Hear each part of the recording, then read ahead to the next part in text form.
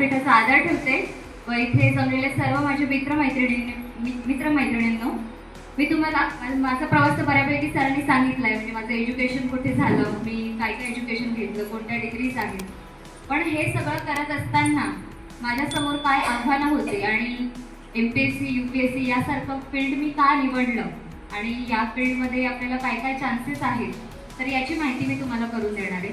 कारण आत्ता इथे जमलेले 11वी आणि 12वीचे विद्यार्थी आहेत तुम्ही. यापुढे जाऊन तुम्हाला तुमचे डिसिजन घ्यावे लागणार आहेत की तुम्ही कोणत्या फील्डमध्ये जाणार आहात, पुढे जाऊन तुम्हाला काय बनायचं आहे, त्याचं ॲक्च्युअल सुरुवात आता तुमची होणार आहे.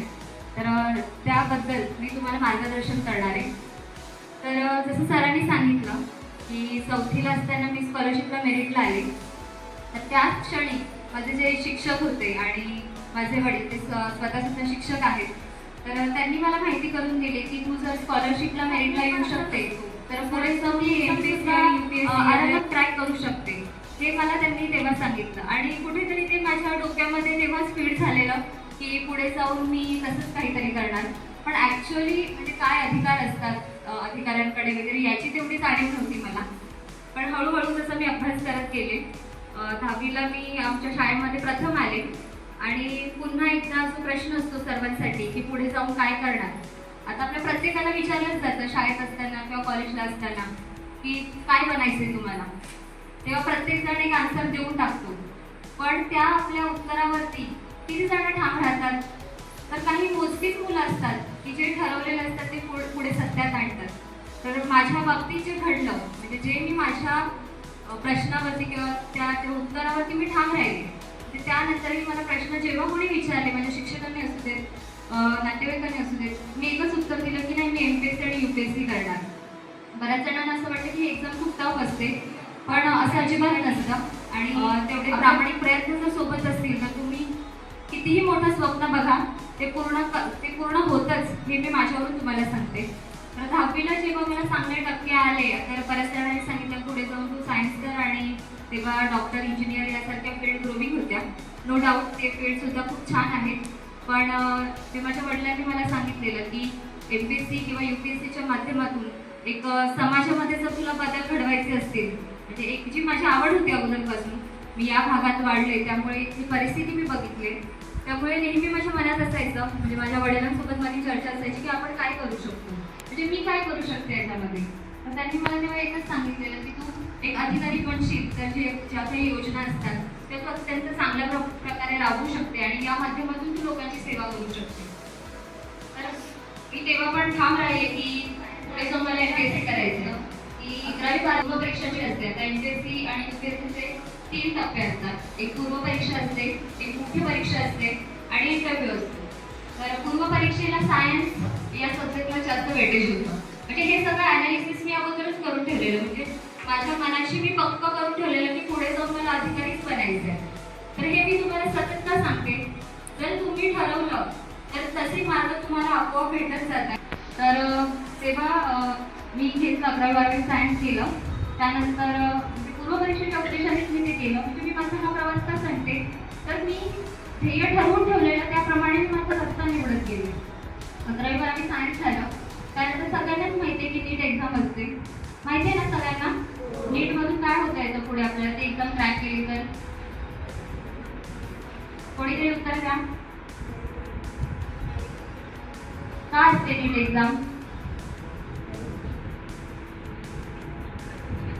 कोणीतरी बरोबर बोलते, बोला ना. सायन्सचे विद्यार्थी आहेत ना इकडे? अरे मी तुमचीच स्थिती आहे, बोला, बिंदास बोला, चुकलं तरी चालेल. मेडिकल बरोबर. तर तुम्हाला पुढे डॉक्टर म्हणजे MBBS, BAMS, BHMS यासारखे फील्ड ओपन होतात, तेव्हा तुम्ही ॲडमिशन घेऊ शकतात. तर ती एक्झाम मी दिली होती तेव्हा आणि माझा MBBSचा नंबर लागत होता. पण पुन्हा परत तोच क्वेश्चन समोर आला की जे आपण ठरवलं आहे काय करायचं, म्हणजे पुढे जाऊन MBBS केलं तर मला तेवढा वेळ मिळणार नाही. जे मी ठरवले प्रशासन असायचं तर मला वेळ मिळणार नाही. त्या उद्देशाने मग मी LLB करायचं ठरवलं. मी लॉची CET दिली. म्हणजे LLB म्हणजे वकिली करायची असेल तर त्याला सुद्धा एंट्रन्स एक्झाम असते, CET असते. तर ती CET दिली मी. त्यामध्ये मी क्वालिफाय झाले आणि गव्हर्नमेंट लॉ कॉलेज चर्चगेट, म्हणजे after 12th government law college Churchgate येथे मी BLS LLB me bachelor in legal science घेतलं या फील्ड. आणि मला सांगायला खूप आवडेल की ते कॉलेज आपल्या महाराष्ट्रामध्ये एकमेव गव्हर्नमेंट लॉ कॉलेज आहे आणि तिथे फीज फक्त 320 रुपये आहे आणि त्या फीजमध्ये माझं एज्युकेशन झालं आहे. तर हे मी का सांगते, कारण लॉ सिटीमध्ये जर तुमचा चांगला स्कोर असेल, म्हणजे आपल्या आशियामधलं ते 1855 कॉलेज आहे, तिथे विश्वरत्न डॉक्टर बाबासाहेब आंबेडकर त्या कॉलेजचे प्रोफेसर होते, बाळ गंगाधर टिळक त्या कॉलेजचे विद्यार्थी होते, असे नामांकित व्यक्ती त्या कॉलेजमधून त्याने LLB ची डिग्री केलेली आहे. त्या कॉलेजमध्ये मला शिकायची संधी मिळाली आणि याचं एकमेव कारण म्हणजे की मी माझ्या अभ्यासासोबत प्रामाणिक राहिले. तर मला माझ्या प्रवासाचं तुम्हाला हे सांगायचं आहे, तुम्ही कुठेही जन्माला या, कशीही परिस्थिती असू दे, जर तुमची जिद्द असेल तर तुम्ही ते शक्य करू शकता. तर हे मी तुम्हाला सांगते. तर त्या कॉलेजमध्ये मी शिकले 5 इयर्सचा LLB मी करत होते. 2019ला मी फर्स्ट इयरला होते, 2020ला कोरोना इयरला होते आणि ते माझं ध्येय होतं की मला MPSC करायचं आहे. तर मी त्या कोरोनाच्या काळात दाबून या गावी जवळपास इथून 10 किलोमीटरवरती जे माझं गाव आहे तिथेच मी होते 7-8 महिने. मी जेव्हा कोरोनाचा पूर्ण काळ इकडे होते, तर त्या काळामध्ये आफ्टर ग्रॅज्युएशन अभ्यास सुरू करण्यापेक्षा मी आत्ताच सुरुवात करते. कारण तो काळ बराच म्हणजे अनफॉर्च्युनेटली तो काळ खूप वाईट होता, पण त्या काळाची संधी म्हणजे सोनं करण्याचं की त्याचं राग करायचं ते आपल्या हातात होतं. तर मी तेव्हाच माझा अभ्यास चालू केला आणि ऑनलाईन त्या काळात जे ऑनलाईन क्लासेस खूप ग्रो झाले आणि त्याच्याच माध्यमातून मी माझा बेसिक अभ्यास स्टार्ट केला, सुरुवात केली मी. आणि तो काळ खूप चांगला ठरला की माझा अभ्यास तेव्हा चालू झाला. मला राज्यघटनेसारख्या विषयापासून मी सुरुवात केली, विस्तृतपणे अभ्यास स्टार्ट केला तेव्हा मी सेकंड इयरला होते. माझा अभ्यास चालू झाला आणि त्यानंतर मग पुन्हा कॉलेजेस ओपन झाले, मी लॉ करत असतात आणि मी तेव्हा अपडाऊन करायचे तिकडनं टेकवाळवरून चर्चगेटला. 5 वर्ष मी तसंच केलं आणि मी जेव्हा ट्रेनमध्ये जायचे तेव्हाही माझ्या हातात पुस्तक असायचं जाता येतं. म्हणजे वेळेला मी खूप महत्त्व दिलं आणि वेळेला महत्त्व दिलं त्यामुळे मला एवढं लवकर यश मिळालं. तर तुम्ही वेळेची किंमत कराल तर वेळ तुमची किंमत करते, हे मी तुम्हाला सांगते. त्याच्यामुळे स्वतःशी प्रामाणिक राहा. मी अभ्यास माझा चालू ठेवला आणि 2022ला मी पहिला, तोपर्यंत मी अंडर ग्रॅज्युएट होते, 2022ला मी पहिला अटेम्प्ट दिला आणि त्यामध्ये म्हणजे UPSC आणि MPSC दोन्ही एक्झामचा मी अटेम्प्ट दिला, पूर्वपरीक्षा दिली. MPSCमध्ये मी पूर्वपरीक्षा पहिल्याच प्रयत्नात पास झाले. त्यामुळे माझा कॉन्फिडन्स हाय झाला की एक माझं ड्रीम होतं, म्हणजे मी जेव्हा 10वीला होते IAS अन्सार शेख हे वयाच्या 21व्या वर्षी IAS ऑफिसर बनले होते आणि त्यांचं पुस्तक मी तेव्हा वाचलेलं. तर ते माझ्यासाठी खूप इन्स्पायरिंग होतं. म्हणजे त्यांचा पूर्ण प्रवास मी वाचला होता. तेव्हा मी 10वीला होते आणि 10वीत वाचलेलं आणि मग मी पण ठरवलेलं की मला वयाच्या 21व्या वर्षीच बनायचं आहे. आणि 2022ला जेव्हा मी एक्झाम दिली आणि पूर्वपरीक्षा क्रॅक केली तेव्हा माझं वय पण 21 वर्षच होतं. मग तेव्हा मला अजून कॉन्फिडन्स आला की मी पण हे करू शकते. पण अनफॉर्च्युनेटली 3 मार्क्सनी तेव्हा माझं इंटरव्ह्यूला चुकले मी आणि त्याच वर्षी MPSCच कंडक्ट करते ग्रुप B आणि Cची एक्झाम, ज्याच्यामधून आपल्याला police sub inspector, ASO, state tax inspector ही जी पदं आहेत तर यासाठी पण एक्झाम कंडक्ट करते. तर यामध्ये माझं PSIसाठी सिलेक्शन झालं आणि त्याचं पण मी ते घेतलं नाही का, तर मला पुढे जाऊन वरती अधिकारी बनायचं आहे हे मी माझ्या मनाशी पक्की गाठ बांधलेली, त्यामुळे मी ते पद स्वीकारलं नाही. आणि 2023ला मी तलाठीची एक्झामसुद्धा दिलेली, MPSCच्या अभ्यासाच्या बेसिसवरतीच दिली होती. आणि या दोघांचे रिझल्ट जेव्हा मी 2024ला माझं लॉ पास आऊट झालं त्यानंतर दोन्ही रिझल्ट एकत्र आले होते, PSIचा आणि तलाठीचा. तर तेव्हा मला फर्स्ट मिळाले होते. मी दोन्ही घेणार नव्हते, पण तलाठी म्हणजे आता त्याचं नाव ग्राम महसूल अधिकारी आहे हे मी का स्वीकारलं तर मला ग्राउंड रियालिटी कळावी. पुढे जाऊन मी क्लास 1 ऑफिसर बनणार आहे तेव्हा नक्की खाली काय चालतं आणि मी जेव्हा वरतून डिसिजन घेणार आहे तेव्हा कितपर्यंत प्रेशर दिला पाहिजे आणि नाही दिला पाहिजे मला कळून घ्यावं म्हणून मी ते पद स्वीकारलं. आणि तरीही माझं आता बऱ्याच जणांचं असतं एखादी नोकरी लागली की चला संपलं, पुढे काय करायचं नाही, पण जे माझं स्वप्न होतं ते मी म्हणजे मनाशीच ठेवलं होतं, त्याच्यामुळे मी अभ्यास चालूच ठेवला. आणि 2024चा जो माझा 3रा अटेम्प्ट होता त्यामध्ये पूर्व, मुख्य आणि इंटरव्ह्यू अशा 3ही टप्प्यांमध्ये मला यश आलं आणि क्लास 1 अधिकारी, आता मला गटविकास अधिकारी ही पोस्ट अलॉट झालेली आहे, अजून आपलं ट्रेनिंग स्टार्ट झालेलं नाही आहे, तर हे पद मला मिळालं. तर हे सर्व सांगण्यामागे म्हणजे हा प्रवास सांगण्यामध्ये मला माझं कौतुक करून नाही घ्यायचं. तर इथे जे बसलेले आहेत विद्यार्थी, तर तुमच्या आयुष्याच्या टप्प्यावर म्हणजे असे वेगवेगळे टप्पे येत राहतील, तेव्हा तुम्ही तुमच्या स्वप्नांकडे कशी वाटचाल केली पाहिजे, म्हणजे तुम्ही जे काय योग्य आहे काय अयोग्य आहे हे तुम्हाला स्वतःला कळलं पाहिजे. आता तुमचं जे एजमध्ये तुम्ही आहात तुमच्यामध्ये प्रचंड शक्ती आहे, जे तुम्ही ठरवाल ते होईल. आता एक गोष्ट आहे जी म्हणजे लॉ ऑफ अट्रॅक्शन नावाची गोष्ट आहे, म्हणजे मी जी स्वतः फॉलो केलेली, की जे आपण विचार करतो, जो सकारात्मक विचार करतो ती गोष्ट घडते. जेव्हा मी म्हणजे पूर्वपरीक्षा मी पास केली 2024ला आणि मला कळलं की मी मुख्य परीक्षेसाठी पात्र होते, तर तेव्हा तिथे मी अभ्यासाला बसायचे. तर त्या ठिकाणी मी एका पेजवरती लिहून ठेवलेलं, कारण वर्ग एक अधिकारी बनायचं, त्याच्यामुळे मी अगोदरचे रिझल्ट चेक केलेले की किती मार्क्स असले तर मी क्लास 1 ऑफिसर बनू शकते. तर मला अंदाज आला होता तेवढे मार्क्स 514 मार्क मी तिकडे लिहून ठेवलेले आणि वरती लिहिलेलं वर्ग एक अधिकारी. आणि रिझल्ट लागला आणि रिझल्ट लागल्यानंतर मला मार्क्स मिळाले 511.25, जे की फक्त 2-3 मार्काचा फरक होता. म्हणजे जे तुम्ही ठरवाल ते घडतं, पण फक्त ठरवून चालत नाही, त्याला प्रयत्नांची साथ पाहिजे, हे मी तुम्हाला सांगते. आणि आता मी तुमच्यासोबत इंटरॅक्शन करते, तुम्ही पुढचं भविष्य आहात, वर्तमान आहात, आणि तुम्ही जर चांगले शिकले तर एक पूर्ण पिढीच्या पिढी बदलू शकते. आपला देश अजून पुढे जाऊ शकतो. आपण जे नेपाळला बघितलं की भ्रष्टाचाराविरुद्ध जे स्त्री आहे त्याने किती मोठा उठाव केला, तर तिथलं शासन त्याने वाढवून टाकलं. तर एवढी प्रचंड शक्ती आताच्या जनरेशनमध्ये आहे. फक्त ती शक्ती आपण कुठे वापरायची हे तुमच्यावरती आहे. आणि मी असं बोलत नाही की प्रत्येकाने अधिकारीच बना, तुम्ही कोणतंही फील्ड निवडा, पण त्या फील्डमध्ये तुम्ही स्वतःला पूर्ण झोकून दिलं पाहिजे आणि त्या क्षेत्रामधला उच्च पदावरती जाण्यासाठी तुम्ही प्रयत्न केला पाहिजे. आणि म्हणजे अभ्यास म्हणजे शिक्षणाशिवाय पर्याय नाही.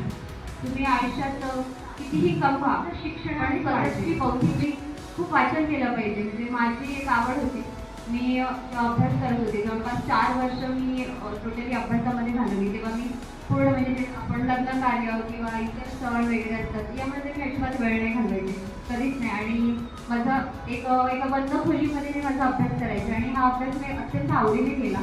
तर माझ्या इथे बसलेल्या प्रत्येकाला एक आव्हान आहे की अभ्यासाला कधी बर्डन समजू नका, कारण अभ्यासाला तुम्ही मित्र बनवाल तर तो तुमचा मित्र बनेल आणि एक दिवशी नक्कीच तुम्हाला पुढे घेऊन जाईल. त्यामुळे बर्डन म्हणून तुम्ही कधी एक कोणीतरी सांगताय, आपले शिक्षक सांगतायत किंवा आई वडील सांगताय म्हणून अभ्यासाला बसायचं नसतं. तर जे काय तुमचा अभ्यास आहे, आता तुम्ही जे इथे 11वी-12वीला आहात, तर आत्ता तुमच्या समोर काय आहे, तर तुमची जी आता पुस्तक आहे काय असेल फिजिक्स, केमिस्ट्री, बायोलॉजी जे तुमचे सब्जेक्ट असतील तर त्या विषयात तुम्ही पारंगत व्हा. एकदा तर तुम्ही वाचू नका, पण जे तुम्हाला जो तुमचा अभ्यास आहे त्यामध्ये तुम्ही उत्तम काम करा.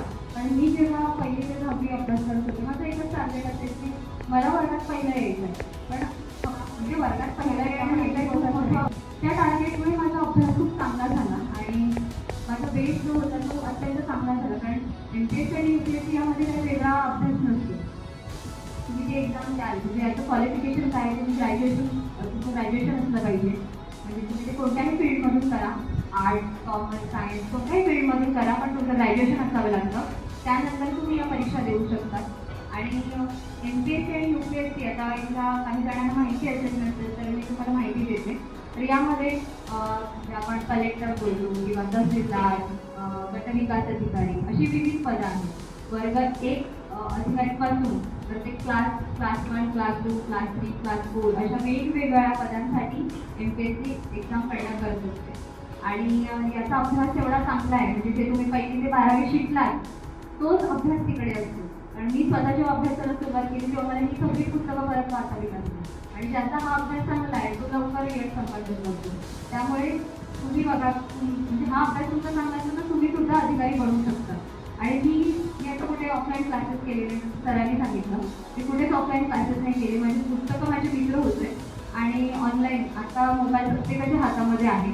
जर तुम्ही मोबाईलचा योग्य वापर कराल तर आज तुमच्यासमोर एक अधिकारी उभा आहे, असा अधिकारी तुम्हीही बनवू शकतात, हे मी तुम्हाला सांगते. त्याच्यामुळे मोबाईलला तुम्ही शत्रू बनवायचं ते मित्र बनवायचं, किती चांगल्या प्रकारे त्याचा वापर करायचा आहे की वाईट प्रकारे वापर करायचा हे तुमच्या हातात आहे. तुमच्यावर लक्ष ठेवणारा कोणी नसतं, हे तुम्ही स्वतः असतात. आणि डिसिप्लिन ही अत्यंत महत्त्वाची गोष्ट आहे, जी स्वतःमध्ये तुम्ही शिस्त आणा. 24 तास तुमच्यावर लक्ष ठेवणारं कोणी नसतं, ते स्वतः तुम्ही असतात. त्याच्यामुळे तुम्ही काय करतायत. आता एक मी जेव्हा अभ्यास करायचे माझी एक डायरी असायची. त्या डायरीमध्ये रोज सकाळी उठल्यानंतर आज पूर्ण दिवसामध्ये आपल्याला काय करायचं आहे हे मी त्याच्यामध्ये लिहायची की आज मला या 2 तासामध्ये म्हणजे सकाळी 7 ते 9 मी कोणत्या विषयाचा अभ्यास करणार आहे, त्यानंतर कोणत्या विषयाचा अभ्यास करणार आहे हे मी लिहून ठेवायचे आणि रात्री झोपताना त्याच्यावर टिकमार्क करायची की किती किती मी कव्हर केली. अशा प्रकारे आपण स्वतःला शिस्त लावू शकतो. म्हणजे आज आपलं 100% टार्गेट पूर्ण होणार नाही, पण हळूहळू आपल्याला स्वतःचीच एक लाज वाटते की नाही मी एवढं ठरवलं तर आणि माझं एवढंच कम्प्लीट झालं. त्यानंतर हळूहळू आपल्याला प्रगती होत जाते. स्वतःलाही कळत नाही की कसं आपण त्या सवयीच्या आहारी जातो आणि एक डिसिप्लिन लागतो आपल्याला. तर इथे बसलेल्या मुलांना मी सांगते की ही शिस्त तुम्ही स्वतःमध्ये सुद्धा आणा आणि म्हणजे फक्त डिपेंड राहू नका की शाळेतले किंवा कॉलेजमधले शिक्षक काय शिकवतात. तुमच्याकडे मोबाईल सुद्धा आहे. काही डाऊट्स तुम्हाला असतील तर तुम्ही आरामात त्याचा वापर करून शिकून घेऊ शकतात. 1 वेळा 2 वेळा जोपर्यंत समजत नाही तोपर्यंत तुम्ही एखादा व्हिडिओ बघू शकता. आता मी माझा अभ्यास जे सब्जेक्ट डिफिकल्ट होते त्याचा मी ऑनलाईन क्लास लावलेला आणि त्याच्या नोट्स काढायची, सतत रिव्हिजन करायची, त्याच्या अगोदरचे क्वेश्चन सॉल्व्ह करायची. अशा प्रकारे मी माझी शिक्षक आणि नक्कीच माझ्या शिक्षकांचा तर यामध्ये मुलाचा वाटा आहे. पण काही काळानंतर जे माझी अंडरस्टँडिंग येत गेली की कसा अभ्यास केला पाहिजे तसं तुमचं पण आहे. तुम्ही अभ्यास कराल, तुम्ही स्वतःचे मार्गदर्शक बनाल. पण याआधी तुमचा अभ्यास प्रचंड हवा. तुम्हाला अगोदरचे सगळे क्वेश्चन पेपर्स वगैरे सगळे माहिती असू दे. म्हणजे फक्त MPSCसाठी सांगत नाही, जी आता 12वीला आहेत 12वीच्या विद्यार्थ्यांसाठी पण सांगते. मी 12वीला असताना मॉक टेस्ट दिलेल्या म्हणजे अगोदर ते क्वेश्चन पेपर सॉल्व्ह केले, त्यानंतर त्याच धड्यावरचे स्वतः क्वेश्चन्स फॉर्म करायचे आणि सॉल्व्ह करायचे. ते 10वीला असताना पण मी खूप म्हणजे एका सब्जेक्टचे जवळपास 50 क्वेश्चन पेपर सॉल्व्ह केले अगदी. जवळपास म्हणजे दिवाळीच्याच काळापर्यंत माझा 10वीचा सगळा अभ्यास पूर्ण झालेला होता. त्यानंतर फक्त मी रिव्हिजन करायचे आणि एक्झामला तर मी फक्त जास्त असं लोड न घेता जायचे. सगळा गाठ पूर्ण करून ठेवलेला. तर आता 12वीच्या विद्यार्थ्यांची तर एक्झाम जवळ आलेली आहे. तुमच्याकडे जो काही वेळ आहे ते तुम्ही व्यवस्थित वापरा आणि हा तुमचा निरोप समारंभ आहे आणि यापुढे जाऊन आता झालो सुटलो बाबा एकदाचे कॉलेजच्या जीवनातून, आता आम्ही आमचे मोकळे. तर असं नाही आहे, यापुढे खरे चॅलेंजेस येतील. आतापर्यंत तुमचे शिक्षक तुमचे प्रोफेसर तुमच्यासोबत होते. 12वी नंतर म्हणजे 12वीपर्यंतच ही माणसं आपल्यासोबत असतात आणि त्यांच्या एवढा जीव आपल्याला कोणी लावत नसतं. 12वी नंतर आपल्याला हरवल्यासारखं होतं की जेव्हा तुम्ही डिग्रीचं एज्युकेशन घ्यायला जाणार तिकडे ते काही प्रोफेसर असतात, पण त्यानंतर आपल्या वाटा आपल्याला निवडाव्या लागतात. काही जण त्यामध्ये हरवून जातात तर काही जणांना योग्य दिशा सापडते. पण मला असं वाटतं की कोणीही इथे दिशाहीन व्हायला नको. प्रत्येकाने आत्ताच आपल्याला पुढे जाऊन काय करायचंय पुढे ठरवा, आयुष्य घडवायचंय हे विसरू नका. आणि तुम्ही वयाची 1ली ते 12वी ही 12 वर्ष तुम्ही अभ्यास केलाय. म्हणजे 12 वर्ष तुम्ही सतत अभ्यासात होता आणि त्यानंतर फक्त तुम्हाला 4, 5, 6 वर्ष फार तर फार ती तुम्हाला अजून म्हणजे कळीची सोसायची, मेहनत घ्यायची. त्यानंतर तुमचं पूर्ण आयुष्य बदलून जाईल. त्यामुळे एवढी वर्ष तुम्ही तग धरलाय, आता फक्त थोडासाच वेळ राहिलाय. तर यामध्ये तुम्ही अत्यंत झोपून द्या आणि अभ्यास करा, एवढंच मी तुम्हाला सांगेन. आणि तुम्हाला कधी या इथे बसलेल्या सगळ्या मित्रमैत्रिणींपैकी कोणाला कधी मार्गदर्शन लागलं स्पर्धा परीक्षेचं किंवा इतर गोष्टींचं की पुढे जाऊन काय करायचं, तर नक्की माझ्याशी कॉन्टॅक्ट करा. तुम्ही तुमच्या प्रोफेसरला किंवा मॅडम मुख्याध्यापिका मॅडमसोबत चर्चा करा. कधी लागलं तर मी मार्गदर्शनासाठी नक्की येईल. आणि एवढे बोलून मी माझे 2 शब्द संपविते. जय हिंद, जय महाराष्ट्र, जय महाराष्ट्र.